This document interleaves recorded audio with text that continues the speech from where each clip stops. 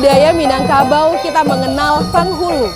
Pengangkatannya pun melalui proses yang cukup panjang dan menarik. Kali ini kita akan melihat bagaimana prosesi pengangkatan penghulu yang ada di Nagari Koto Nan Ompe di Payakumbuh. Seperti apa prosesinya? Kita ikuti bersama-sama.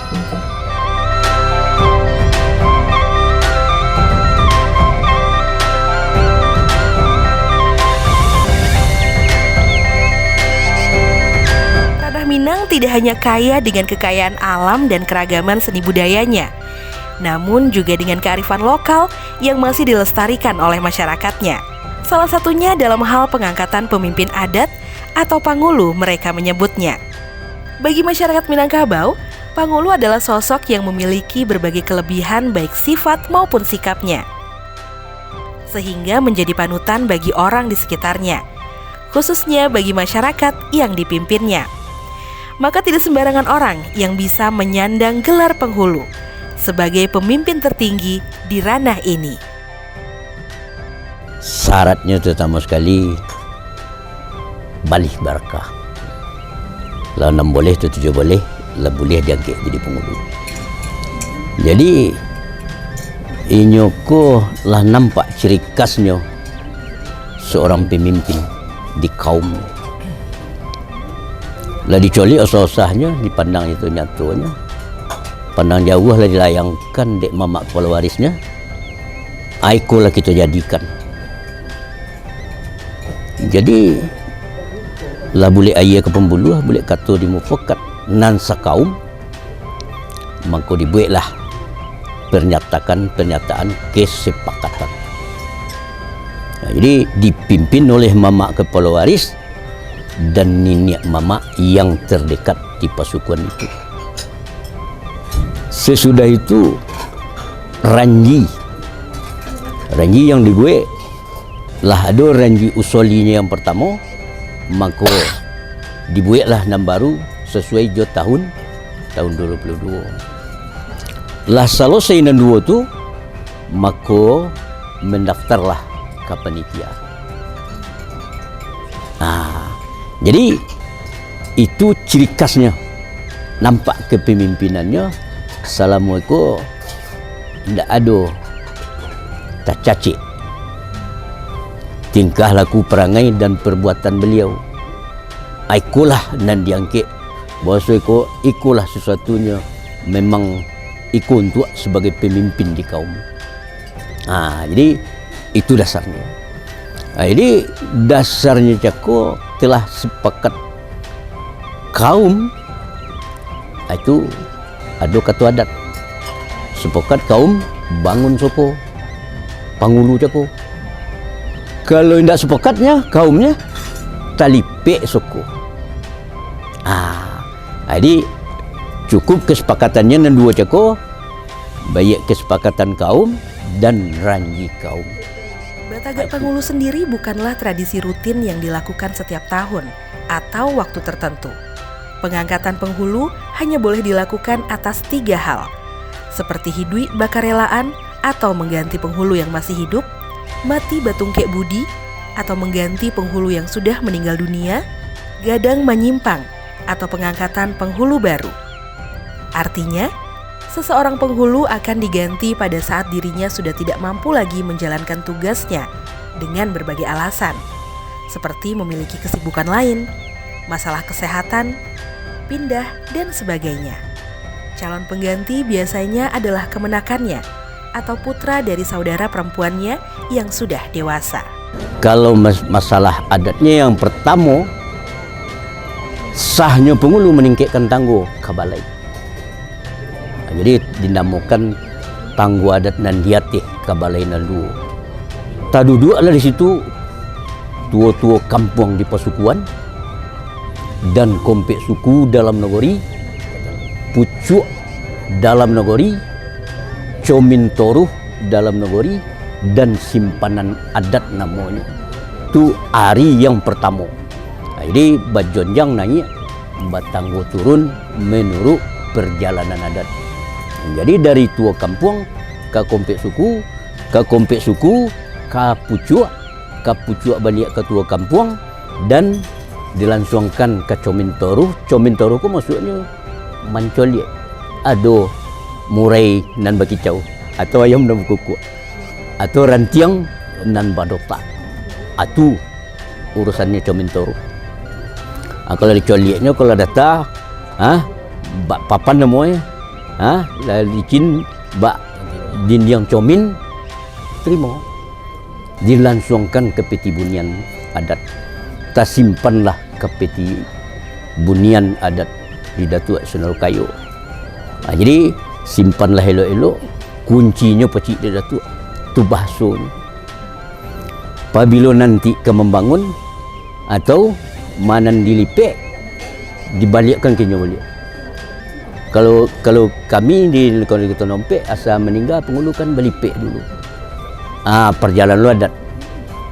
Jadi di simpanan adat Joko apabila membangun bajopuk menurut cara adat. Jopuknya singgang ayam, nasi ketidiang, ba ayam hidup, balopek atau aji, piti sepiak. Itu menurut perjalanan adat nan di dalam negeri Kota Nompek mulanya adalah meningkatkan tangguh ke balai. Acara ini juga berlangsung selama 3 hingga 7 hari, disertai dengan pertunjukan kesenian untuk menghibur tamu. Setiap rangkaian acara memiliki makna dan nilai tersendiri. Selain itu, upacara ini tidak boleh hanya melibatkan keluarga yang bersangkutan. Wajib ada kerapatan adat nagari atau kan, dan peresmiannya harus berpedoman kepada petitih adat. Mangke Rajo, Sakato Alam. Mangke Pangulu, Sakato Kaum. Itu adalah merupakan hari maningkek tangguh katangguhan di Ateh. Di dalam ruangan balai adat Kota Nompek ko di sekolah disampaikan perjalanan adat serupa yang disampaikan di Ketua Kerapatan Adat Negeri Jako. Setelah sampai disimpan di peti bunian adat, secara otomatis nenek mamak kita yang baru sebanyak 26 orang itulah sah menjadi penghulu dengan panggilan Datuk. Itu secara perjalanan adat dalam negeri Kota Nompek. Kemudian secara untuk tanggal 6 boleh itu pengukuhan, pelantikan dan penyisikan keris. Namun dari kini beliau-beliau dan 26 orang itu sah diimbaukan Datuk.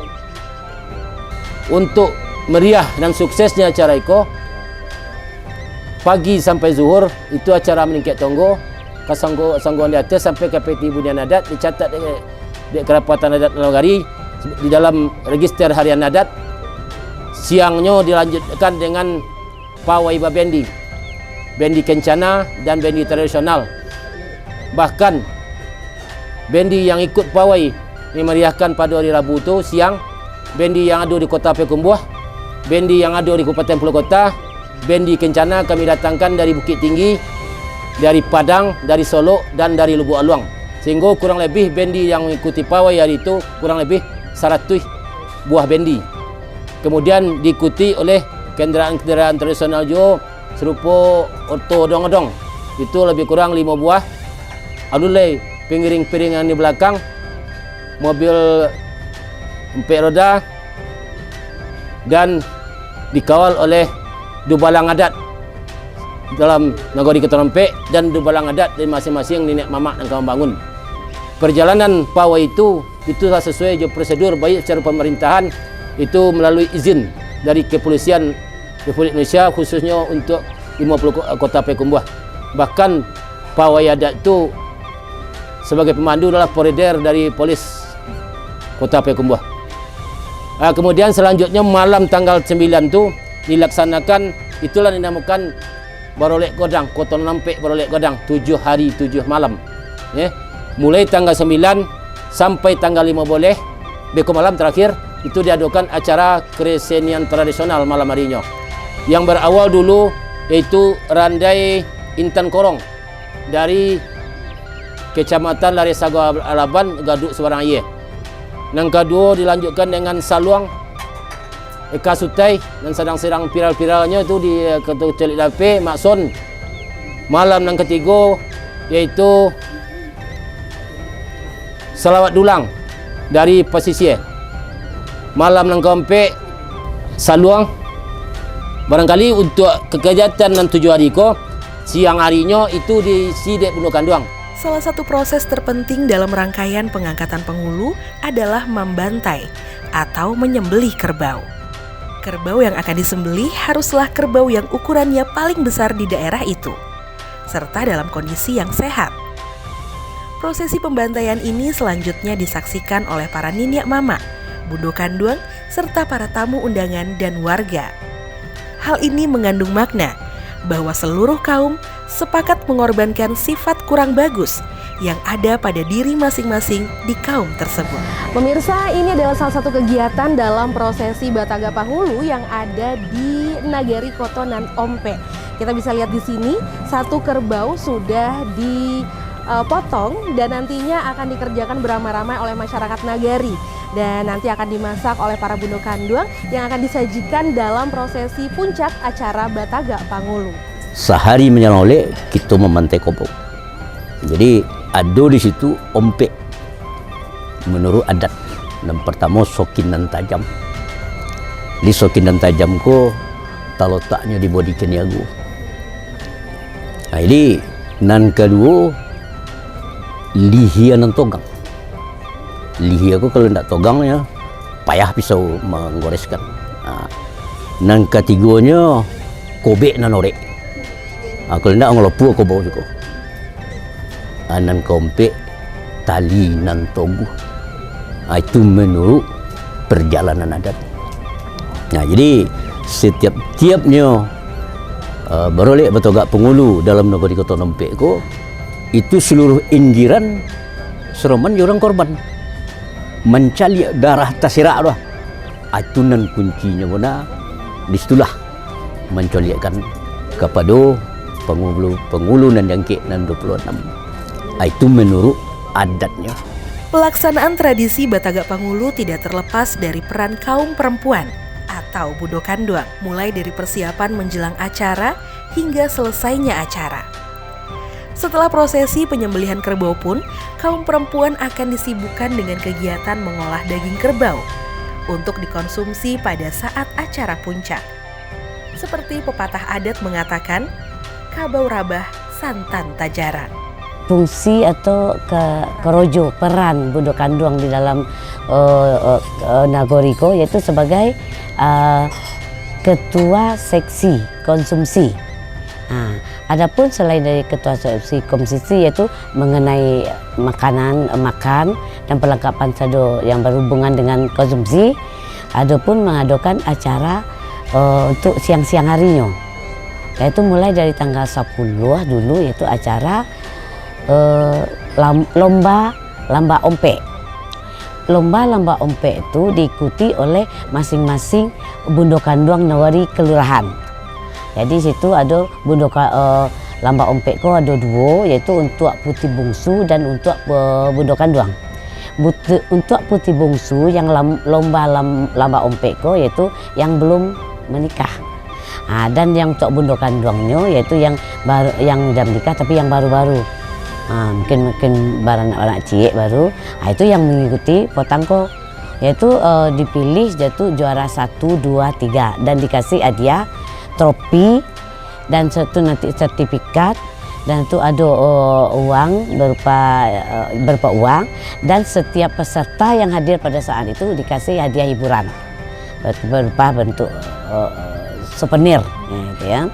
Kemudian tanggal sebolehnya itu yaitu lomba pidato adat, itu diikuti oleh putih bungsu. Itu putih bungsu yang anak-anak yang masih muda. Itu lomba pidato adat itu bertemakan peran bundo kanduang dalam kaum. Itu tema pidato adat itu. Itu pun juga ada hadiah sama seperti lomba-lomba ompe. Yaitu ada trofi, ada uang, ada sertifikat nanti, kemudian ada hiburannya yaitu kalau yang hiburan satu peserta dapat. Kemudian tanggal sebolehnya itu yaitu lomba takulak kompong, itu diikuti oleh putih bungsu jo. Itu hadiahnya pun sama seperti yang itu, yang lomba ompe kemarinnya. Kemudian yang hari tanggal 2 boleh yaitu tanggal 3 boleh lomba sembah makan. Nah, itu diikuti oleh bundo kanduang. Nah, itu ada 6 orang yang ikut. 3 orang yang pendatang, yang tamu, 3 orang yang menunggu. Itu pun pakaiannya berbeda. Kalau yang menunggu ko pakaian takulak kompong sama jo bentuk amboko. Tapi kalau yang datang, yang si pendatang yang itu pakaiannya itu takulak tolokuang, sandangnya sesuai jo umur. Kalau orang yang lah tua, lah meminantu, lah punya cucu, sandangnya namanya sandang kuriak. Dan pasangan sandang kuriak itu lambak tu ke kain. Lambak tu lambak duo. Lambak duo tu 2 lampih lambaknya. Kalau yang sandangnya kuriak tadi namanya lambak siriang. Atau boleh aja dikecil orang lambak hitam. Kalau orangnya lomba minantu, itu namanya sandangnya sandang ayam-ayam, lambaknya lambak bingkai atau bentuk merah. Jadi dengan itu tuh pakaian bundo kanduang kok bisa mengecekkan satu sawak gitu. Dengan awak mencari itu bisa mencerminkan identitas diri awak. Orang kalau minantu kualun. Nah, itulah yang dipakai di bundo kanduang yang acara sombah makan hari itu. Kemudian yang ke-4 tanggal 4 balik itu peragaan busana adat yang ada di Kota Nanompek kok. Ada sebanyak 51 pakaian. Atau mulai dari pakaian yang harian, yang umum, pakaian barolek dan pakaian yaitu pakaian barolek itu ada 30. Pakaian barolek balambang urek, gonte pucuk dan pakaian kebun batang. Ada 4.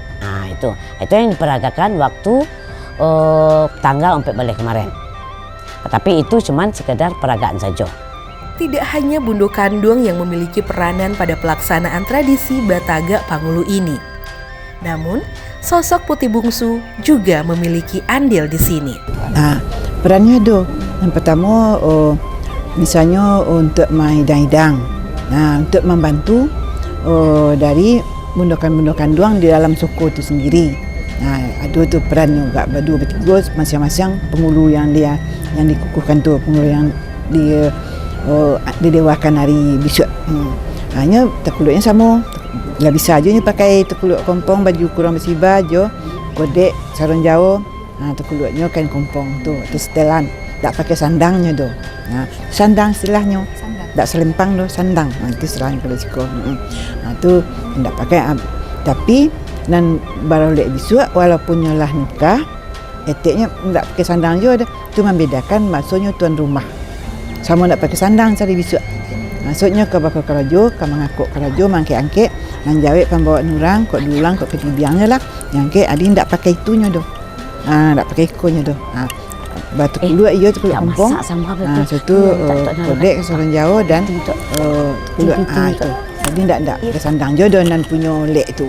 Rentetan prosesi Batagak Pangulu yang berlangsung berhari-hari akhirnya bermuara pada hari di mana para pengulu ini dikukuhkan atau dilantik. Suasana di lokasi pelaksanaan terasa jauh berbeda, menandakan bahwa ini memang hari yang tidak sembarangan bagi mereka. Berbagai pihak terlibat mempersiapkan pelaksanaan acara puncak Batagak Pangulu. Pengukuhan pelantikan besok itu ada beberapa rentetan kegiatan. Di samping sepatah 2 kata, itu ada namanya Pati Ambalau, sumpah soti nenek mama. Serupa pegawai negeri, itu kan kita disumpah. Ya nak? Disumpah. Nenek mama aku itu je, namanya sumpah soti. Itu kalau nenek mama aku ndak berjalan lurus, ndak bakal benar. Serupa disampaikan dia tu ia satu perpati petang, kata ndak pucuk ke bawah, ndak berurek di tengah-tengah digirik kumbang. Itulah sumpah soti nenek mama. Kalau pegawai negeri bersumpah Al-Quran di kepala, tapi kami nenek mama apatah lagi nenek mama yang baru besok ko, itu siri di cerano bakori di atas, tangan terletak di atas itu, basuh akan moci sumpah. Tidak, sumpah janji nenek mama ko, dia boleh berubah status dari biasa menjadi nenek mama. Nah, itu gunanya nanti waktu pengukuhan di Balai Adat Balaian 2. Hari yang ditunggu pun tiba. Suasana tempat pelaksanaan telah dipenuhi oleh sanak famili, keluarga, masyarakat, serta para tamu undangan.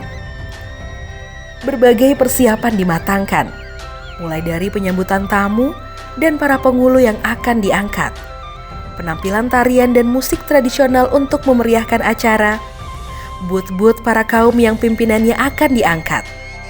Ya, booth-booth ini nantinya akan menjamu para tamu dan warga dengan makanan buatan suku mereka masing-masing. Pengunjung dibebaskan memilih, mereka akan mencicipi apa dan makan apa di booth suku yang mana. Di sebuah ruangan telah disajikan berbagai makanan tradisional Minang yang dibawa oleh masing-masing suku yang datuknya dilantik. Para tetua dan para datuk nantinya akan menikmati santapan di ruangan ini, dan mereka akan duduk di posisi sesuai dengan aturan adat. Nah, perannya ada. Yang pertama, misalnya untuk menghidang-hidang. Nah, untuk membantu dari bundokan-bundokan duang di dalam suku itu sendiri. Nah, ada tu peran juga berdua bertiga masing-masing penghulu yang dikukuhkan tu, penghulu yang didewakan hari besok. Hanya terkuluknya sama. Bila bisa aja ni pakai terkuluk kompong, baju kurang bersibah je, kodek sarung jauh. Nah, terkuluknya kain kompong tu atau setelan. Tak pakai sandangnya tu. Nah, sandang istilahnya. Tak selempang tu sandang. Itu istilahnya kalau suka. Nah, tu tak pakai. Tapi dan baru lek besok walaupun nyolah nikah, etiknya tak pakai sandang je ada. Itu membedakan maksudnya tuan rumah. Sama tak pakai sandang sehari besok. Maksudnya ke bakal kerajo, ke mengakuk kerajo, mangkek-angkek, yang jawab pembawa nurang, kok dulang, kok ketubiangnya lah. Yang ke adin tak pakai itunya tu. Tak pakai ikonya tu. Batu keluar ia tu keluar kampung. Satu kodek sarung jauh dan keluar itu. Dan disediakan dari panitia gulai merah juga gulai putih dari daging kabau yang dipotong tadi. Dibuat seperti itu tambah je randang. Itu panitia tu membantu randang. Tapi yang dibawa dari suku yang di Inggeran suku yang bertagak penghulu tu yang dibangun di situ tu hanya membawa jo sambal tambahan. Sambal adat Kota Nampek. Contohnya pengikan. Setelah itu pergedel.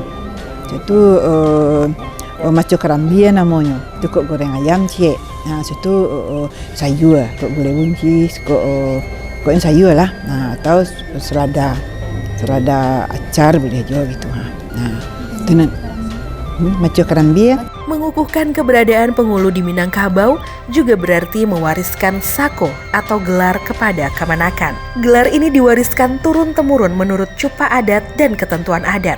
Gelar datua ini dipakai apabila diperoleh kata sepakat kaum. Adanya pengukuhan ini juga merupakan suatu kebanggaan kaum, karena pimpinannya sudah bisa dibawa sehilir semudi, membicarakan segala persoalan adat dan juga pembangunan.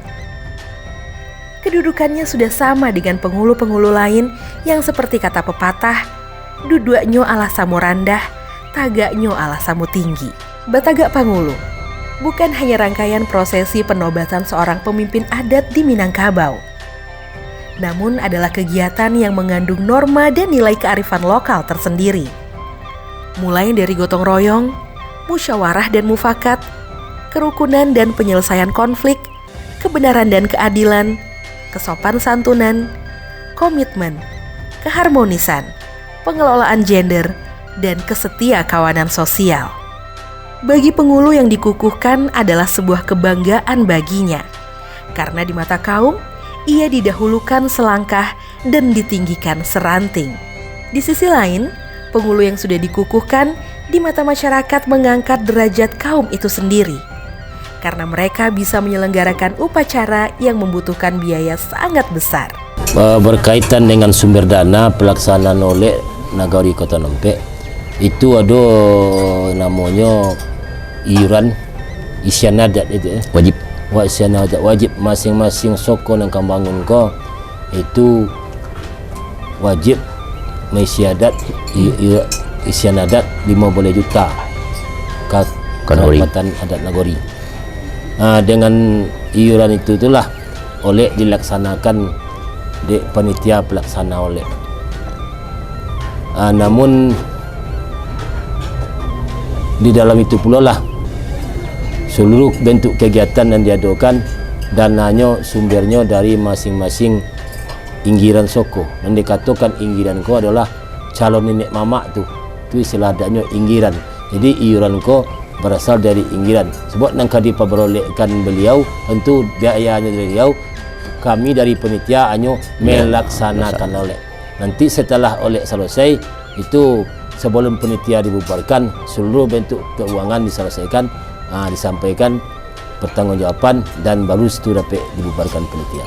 Jadi mengenai anggaran biaya oleh ko berasal dari inggiran masing-masing soko sebanyak 26 orang soko. Itulah pembiayaan tentang oleh ko mulai dari beberapa waktu yang lalu sampai besok terakhir, bahkan sampai tanggal 7 boleh sampai ke pembersihan sebersih-bersihnya balik, itu dengan biaya itu yang kami pelaksanakan. Sampai malam rundo selama 7 hari 7 malam itu ada tenaga rundonya, ada tenaga kebersihannya, ada tenaga keamanannya, ada tenaga parkirnya. Dari sekecil apapun biaya ko sampai yang paling kadang membeli kabau PT, itulah yang kami jadian. Memegang tampuk kekuasaan tertinggi di kaumnya tentu bukan hal yang mudah bagi seorang penghulu. Namun dengan adanya falsafah adat Basandi Syara, Syara Basandi Kitabullah, segala tindak tanduk, gagasan, dan keputusan yang dibuat oleh penghulu akan menjadi lebih terarah. Sehingga di bawah pimpinannya, Minangkabau tetap menjadi etnis yang madani peradabannya. Saya Irvi Anissa untuk Radio Republik Indonesia.